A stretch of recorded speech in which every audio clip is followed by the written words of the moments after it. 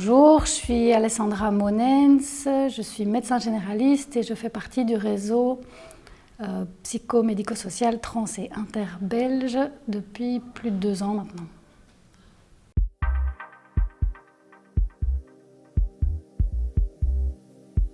Les raisons, souvent, c'est d'essayer de comprendre un petit peu mieux ce qui s'est passé dans leur vie, d'essayer de comprendre un petit peu mieux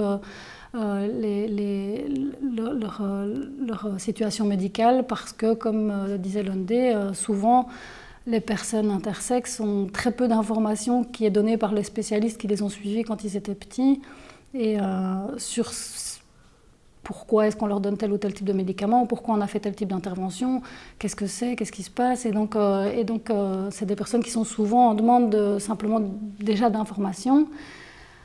Et donc j'essaye, autant que faire se peut, d'avancer avec eux et elles au niveau de ces questions-là. C'est pas toujours évident parce qu'au niveau des intersexuations, il y a vraiment beaucoup de types d'intersexuations différentes.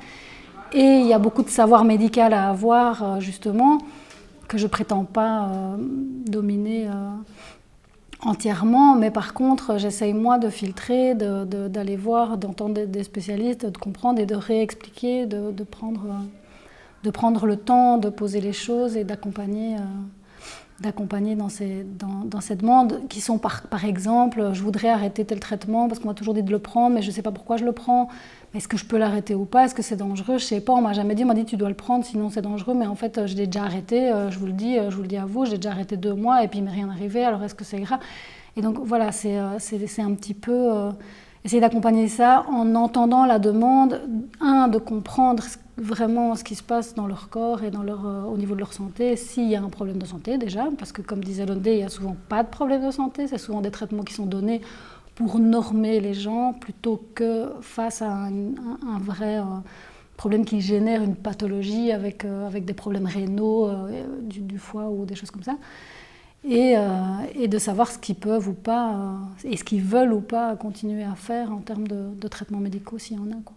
Le réseau psychomédico-social trans et interbelge est basé sur le respect du point de confort des personnes, qui est évidemment différent pour chaque personne, et où on est là pour écouter, entendre et accompagner, orienter en fonction de la demande particulière, ou des demandes ou des souffrances particulières de ces personnes, vers des spécialistes divers et variés qui font partie du réseau et qui ont signé une charte de respect de plusieurs conventions. Donc on a toute une charte à lire avec respect du Convention des droits humains, etc. Ce qui existe à part ça depuis longtemps et qui sont les personnes les médecins qui prennent en charge les personnes intersexes dans notre système de santé pour l'instant, c'est ce qu'on appelle les équipes de genre, qui sont des équipes hospitalières, pour le coup en dessous de la même, sous une coupole, donc dans un hôpital, qui sont soi-disant multidisciplinaires, mais qui ont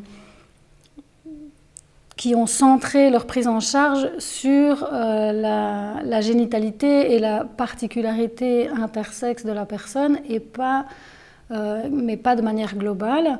Et donc on a psychiatrisation des personnes d'office.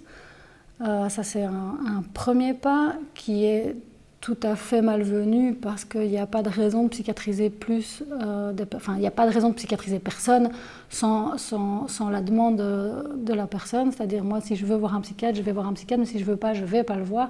Et là, il y a une imposition de psychiatrisation, de diagnostic psychiatrique, tant chez les personnes inter que chez les personnes trans d'ailleurs. Et les endocrinologues qui sont un peu l'autre spécialiste qui intervient, et puis en effet référence vers les chirurgiens pour normer la génitalité si les médecins considèrent qu'elle a à être normée, et jamais si la personne qui va être opérée ne le demande.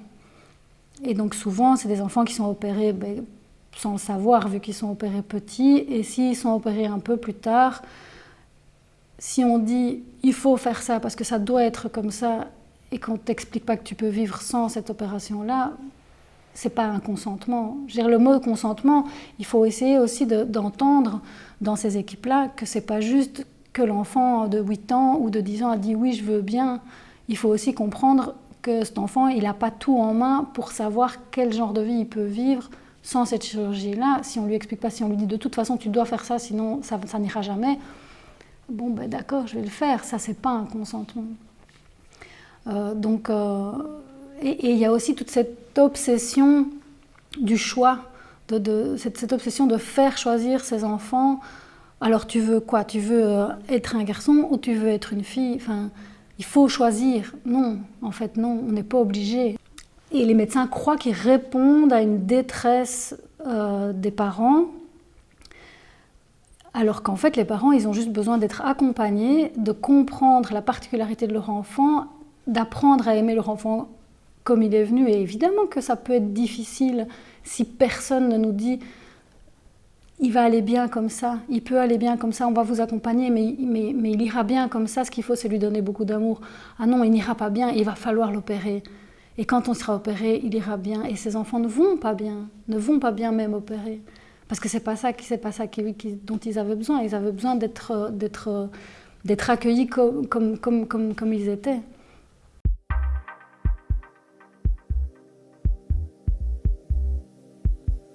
Oui, beaucoup, c'est normal. Oui, c'est des personnes qui sont systématiquement ou quasi systématiquement maltraitées par le corps médical depuis leur enfance. Les personnes qui ont dû passer par des chirurgies et qui ont été forcées à faire des chirurgies enfants sont vraiment phobiques. Et c'est pour ça qu'il y a des gens qui n'ont pas vu de médecin pendant très longtemps et puis qui tout d'un coup se disent « bon, ben là, il faudrait peut-être que… » Et je pense que c'est vraiment une partie de l'iceberg, c'est-à-dire qu'arrivent dans le réseau certaines personnes qui commencent à se dire « bon, allez, ça a l'air qu'on apporte les choses autrement », mais je pense qu'il y a énormément de personnes qui viennent plus en consultation tellement les maltraitances ont été fortes et où on n'a pas été à l'écoute de leurs questions, de leurs souffrances et où on leur a dit tu dois faire ça, tu dois être comme ça, c'est comme ça et on a dit aux parents.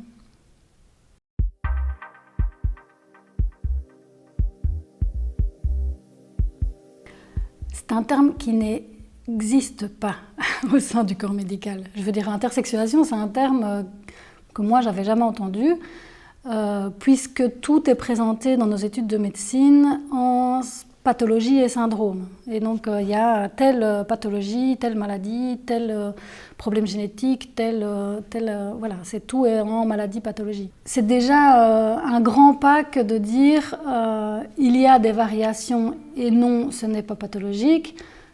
Toutes ces variations existent et ce ne sont pas des maladies vu que voilà, donc ça c'est déjà un énorme c'est déjà quelque chose que les médecins n'ont pas compris à la base et nos profs et les unifs rien.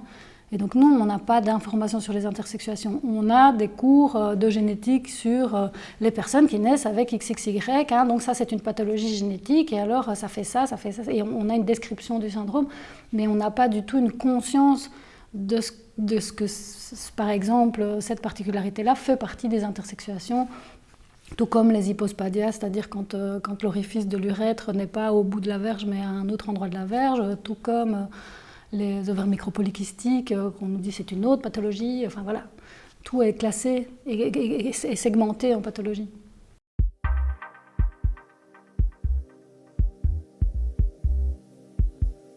Le réseau. Donc pour moi, les voies possibles, c'est vraiment d'aller vers les associations de personnes concernées pour les entendre, pour comprendre et pour pouvoir alors aborder autrement cette population. Et en fait, je pense que c'est les universités qui doivent se former avec les associations, faire entrer les associations. Ça commence pour les personnes trans doucement, pour les personnes inter, je pense encore vraiment très peu.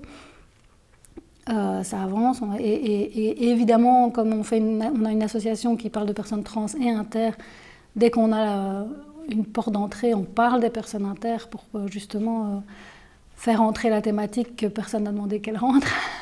mais en effet, c'est se former avec les populations des personnes concernées, tout d'abord en écoutant ce qu'elles ont à nous dire et ça, c'est clair que le corps médical doit apprendre à faire ça.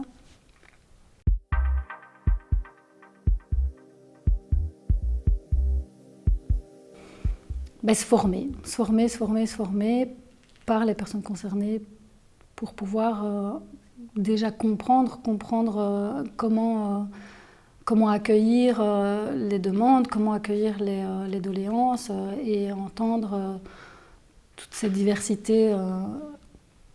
Sans se former, on ne sait pas accueillir correctement. Donc il faut se former avec les associations et